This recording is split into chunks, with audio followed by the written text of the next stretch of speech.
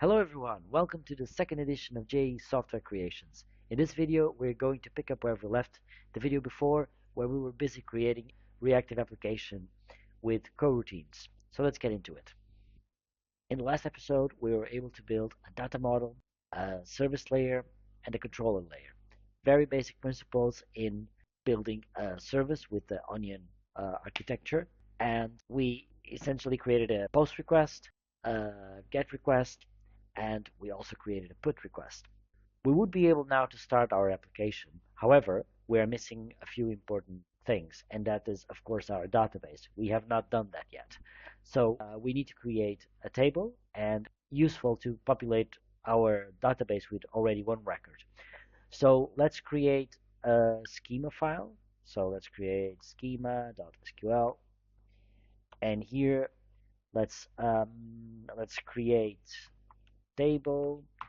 If not exists, because there might be one there already, let's create a spot on. That's the name of the table that we have created, and we'll create it with an ID with a UID type of that will default to a random UID, and this will be our primary key. Then we will have a URL, which will define as a standard. This is something that people like to do, to give it 255 characters.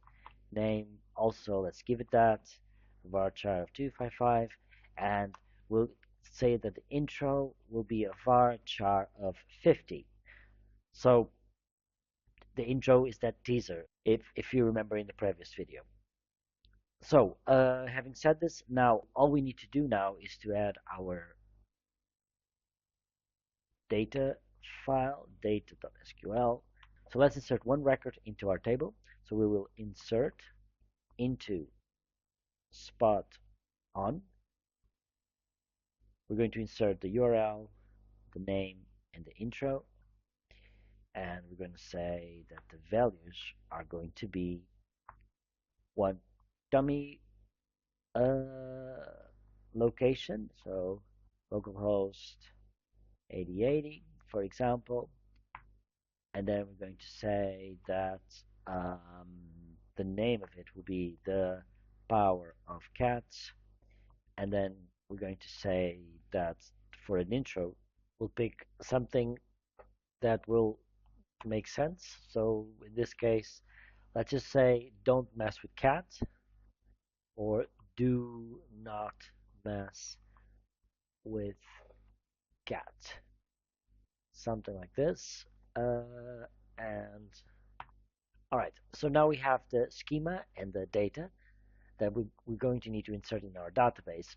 What we don't have is an initializing process that will set our data automatically in the database. So how do we do that? Well, one of the things that we can do is we can create a configuration package, and in there we can create a configuration, just a standard configuration file, and can annotate that with configuration. So here we can create a bean called connection factory initializer, which will have an injector parameter called connection factory, and of course this returns a connection factory initializer, which is a connection factory initializer where we can apply a few properties. So we will apply a connection factory, the one we have received by injection, and then we can set a database populator, which is going to be a composite database populator, where we can again apply, and here we can add populators. So we're going to add populators, and the one we're going to add is of type resource database populator, which uses in the constructor an array of class path resources. So we will add a class path resource, which is going to be the schema, the first one to be executed, .sql and then we're going to add the other resource, which is going to be the class path resource of data.sql. So now we can just format the code and do something like this. And now that the code is formatted and with the right format, now we're going to run the application and see if this, in any case, can start. So let's give it a go. Spot on application. So let's start our spot on application. So we press the play button and let's just wait and see what happens. So now, as you can see, the Spring Boot application has started. So we can check that Netty has started on port 8080, and we have the repository starting, and in principle, we should now be able to access our endpoints. Let's give it a go. So let's just first have a quick look at the controller and see what we have done. So here we have a post spot on, a get all spot on, and a put spot on. The easiest one is just to make a get request, so let's do that. So let's do a curl and just say HTTP, so localhost 8080, and then we should be able to do it just this way. There we go. So essentially we just bumped into a gotcha moment. As you noticed, we have two of these records that we inserted in the database. So one is an article that's called The Power of Cats, and we have another Power of Cats. They both have different IDs. Nothing wrong with this, but what this actually suggests is that we actually ran 2 times the same configuration. So here we are running a schema.sql and a data.sql. This whole thing may be necessary if you have the files in a different class path, but if you put them on the root, you don't need this at all. The reason I put it here is because I saw that many people are using this trick to actually try to get to the schema and the data and trying to get anything initialized. What's important here for us to understand is that Spring usually has everything ready for us, and on exceptional cases, we might want to do things manually. So let's try one thing just to show you just to show you what happens. So when we start an application with H2, all the data goes away. So schemas go away, data goes away, everything goes away.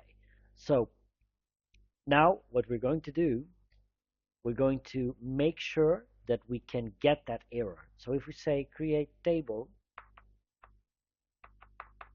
just like this, so if we create the table directly and it runs 2 times, the second time it's going to fail. Let's start the application. And this is exactly what we see here. So the table already exists. And this is a good thing, because when we start this application, we already said we're using H2, and we, in principle, are starting a database from scratch because it's an in-memory embedded database. So if this is the case, let's remove now schema out of our populator. Let's start the application again and see what happens. Because it says that the table has not been found. The reason why the table has not been found now at this point has to do with the fact that we are using a populator. So the populator will just run .SQL before anything, because we've made here a bit of a hack, and because it runs before anything, it still doesn't have the schema, so the whole process fails. So now let's remove this one already, and let's start again. What this means is that we now don't have data, we don't have the schema, and the application starts perfectly. Let's check how many records do we actually have now on the database. 1. So what this means is that this whole configuration file is not needed. So let's remove it.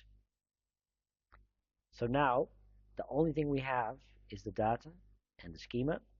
Let's stop the application and restart it, just to make sure that we don't think that for any reason we had something configured with that configuration file. Let's start the application. And now as we run the curl request, we still have the record on it.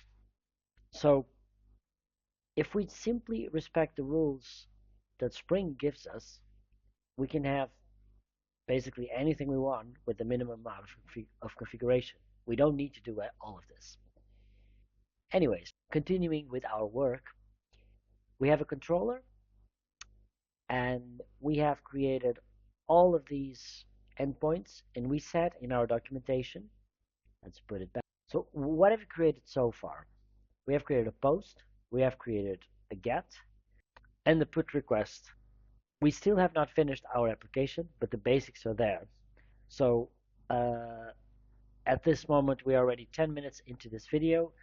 I will make a third video, where we will go into the specifics of a coroutines-based reactive web application. Until then, I hope you enjoyed this video. Give it a big thumbs up if you did. Please subscribe to my channel, and I will see you on the next video. For now, keep it graceful and stay sharp.